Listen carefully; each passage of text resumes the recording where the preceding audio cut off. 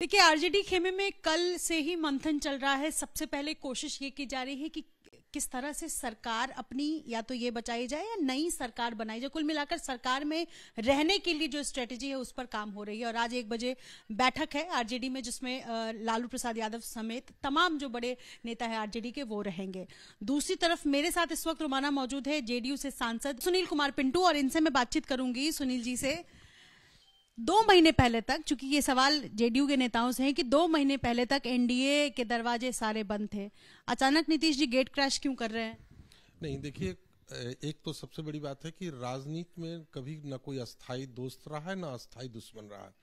और देश हित के लिए और राज्य हित के लिए मेरे अपना व्यक्तिगत राय है कि माननीय नरेंद्र मोदी जी और माननीय नीतीश कुमार जी के दोनों के एक साथ से ही बिहार का संभव है विकास।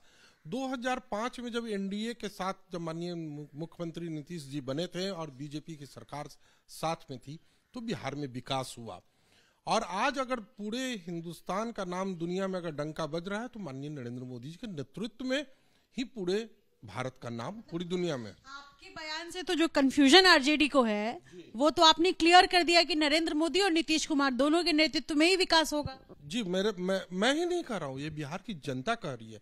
आप बिहार की जनता से पूछेंगे तो कहेंगे कि 2005 वाला ही सरकार सबसे सही था जो बिहार में विकास थी। वो तो ठीक है सुनील जी, पर जनता ये भी पूछ रही है कि किसके बयान पर भरोसा किया जाए। अप्रैल 2023 में अमित शाह कहते हैं कि कोई भी दरवाजे नहीं खुलेंगे, अब अचानक से सारे दरवाजे खुल जाते हैं। उससे पहले आप लोग कहते हैं कि मर जाऊंगा लेकिन बीजेपी के साथ नहीं जाऊंगा, फिर जा रहे हैं। पहले आप उनको भ्रष्टाचार के नाम पर उनको छोड़ देते हैं आरजेडी को, फिर उनके साथ जाते हैं। तो ये जो खिचड़ी पक रही है, जनता क्या सवाल तो पूछेगी ना आपसे, क्या जवाब देंगे आप जनता को?